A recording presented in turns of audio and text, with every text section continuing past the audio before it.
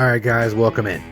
We're going to be recapping UFC 324, and then we're going to be doing our 5-leg parlay, poor man bets at UFC 325. Volkanovski versus Lopes. Who's ready? I am.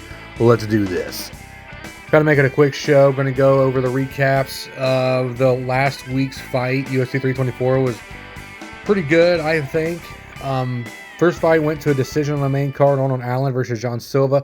I would have thought John Silva would have took over. He kind of went a little hesitant in his stand-up, but he did get the win at a minus 275. And at women's flyweight, Natalia Silva versus Rose Namajunas. Thug Rose was at a plus 300. That went to a decision as well, but Natalia Silva did get the win. But some people are saying that Rose should have got it because she said supposedly she won rounds 1 and 2, and then Natalia only won round 3. But we digress, and I think Natalia Silva is going to be going into a title fight here soon. Now, first finish on the main card goes to heavyweight, and Waldo Cortez Acosta versus Derek Lewis, the Beast, the Black Beast.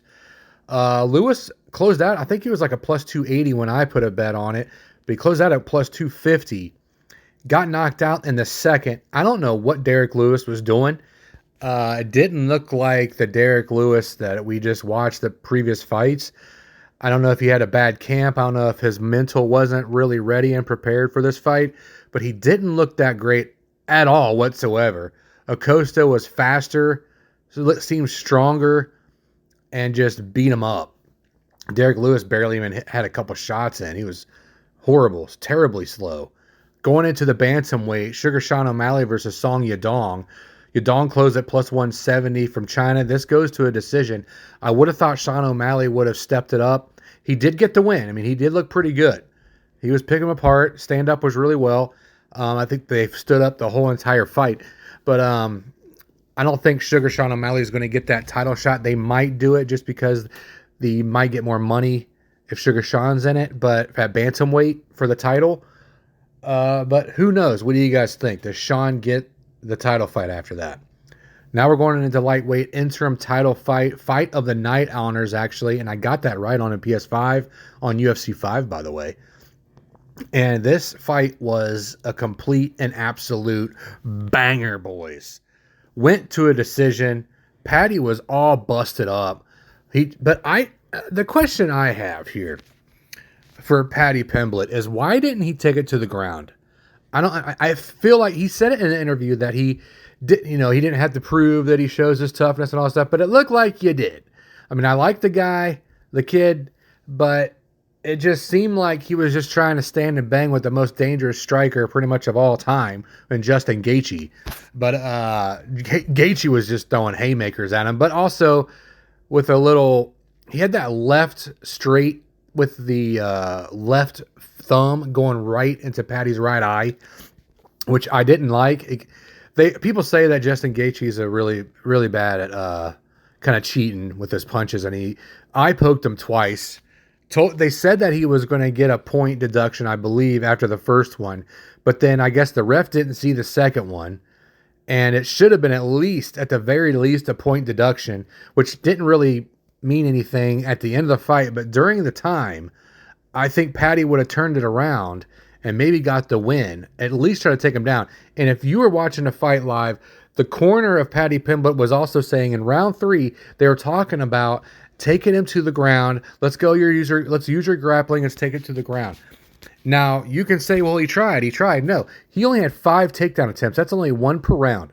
So he only had 5 takedown attempts. But he didn't take him to the ground. I don't think he did at all. I think he might have did something in the clinch or whatever, but they didn't go to the ground at all. They just stood and banged the whole time for 5 rounds, 25 minutes. If I'm Paddy Pimblett as a jiu-jitsu fighter fighting a heavy-handed Justin Gaethje, I'm taking you to the ground. Just thought I'd let you know. All right. Fast forward. UFC 325. Saturday night at 9. It's going to be at Qudos Bank Arena in Sydney Olympic Park, Australia. Saturday, January 31st at 9 o'clock. Volkanovski versus Lopes 2. And Volk took it. Volkanovski, I don't think he ages. Honestly, I honestly don't think he ages. Dude's like 38 years old or something like that. Doesn't age. So we got Sawkilled versus Jamie Malarkey, Aussie versus Aussie. This is going to be a Pickems fight for me. But we're going to go with Sawkilled. He's pretty good. I like him. Let's go. But I think he's coming off of a bunch of wins. Let me just make sure because, yeah, that's what I thought. He's pretty much undefeated in the UFC. He fought Jubilee, he fought Ajmoj, and he beat Hawkparst. So, give me, he's going to stay undefeated. Now we're going to go into heavyweights. Number 12 versus number 15. Tua Tavosa versus Talasan Teixeira. This is Aussie versus Brazilian. This is going to be a tough one for me. And everybody wants him to do the shoey. Do you want him to do the shoey? Because I do. That's the only reason why I'm picking him. Do the shoey after the fight, after he wins. Lightweight. Rafael Fiziev versus Marcio Rufi.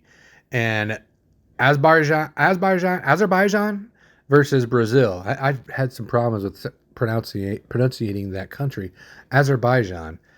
But Fiziev, he's been doing pretty good. I think he lost to Justin Gaethje. Yes, he did. He lost to Justin Gaethje back in March, and that went to a decision. And then his previous 2 fights have gone to a decision. And Bahamondes was a young and up-and-comer, but Fiziev got him in a 3-rounder to a decision. And then Rufi, coming out of the Fighting Nerds, he's been doing all right, but he did lose to St. Denis, which St. Denis is actually on the card Saturday night, which is pretty crazy for the co-main event. So Rufi just lost to him back in September via submission. He beat Green, though, and then he beat Lontop to a decision, but Rufi got the KO back in March of 2025 against King Green. So this is going to be kind of tough. The one guy's coming off of a loss. The other guy's coming off of a win. I think Fiziev might get the win here. I think he's going to have a better stand-up. Rufi might be going to try to take him to the ground, but Fiziev will stand and bang and get the knockout in the second. Dan Hooker versus Benoit St. Denis. We just talked about St. Denis. He just coming off of a win against Rufi a few months ago back in September. Dan the Hangman Hooker is coming off of a loss against Arman Tsarukyan, and Tsarukyan's actually a really, really good fighter. This happened back in November 22nd of 2025 via submission, got him in the second round. But he did, the last fight that Dan Hooker won was against Gamrot, and Gamrot ain't no slouch. And that went to a split decision. Some people could have said it could have went either way, obviously, with the split decision. But he had back-to-back split decisions. And that July of 8th, 2023 against Turner. And he took that year off, comes back in August and gets a split decision again. So Hooker needs to just stand and bang. I think he needs to use a lot more leg kicks and utilize those body kicks and keep him at bay.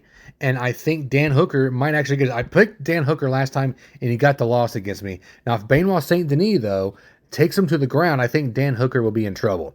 It all depends on how Dan Hooker's takedown defense is, according to this fight. And in the lightweight division, I think Dan Hooker gets it. But that's just me. We're going to go New Zealand and Aussie.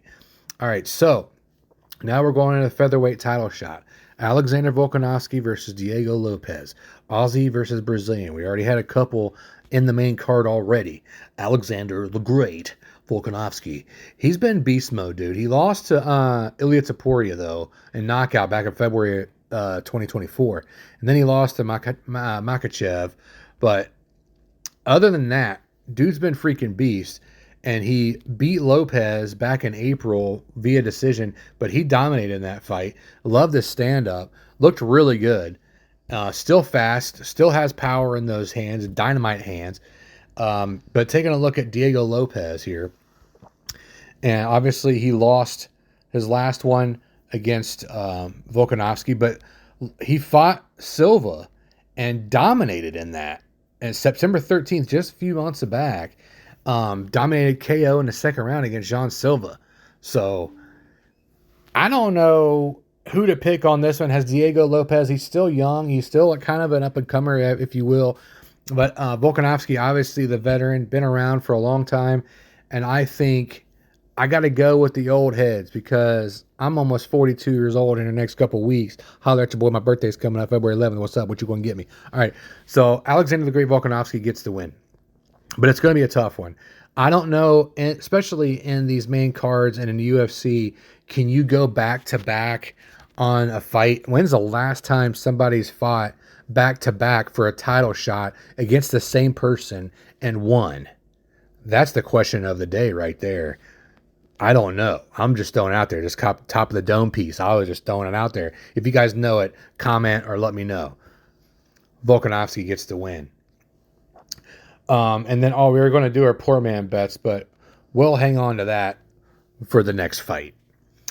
All right. Hope you guys enjoyed the show. Love you guys. God bless. What do? You tip the waitress.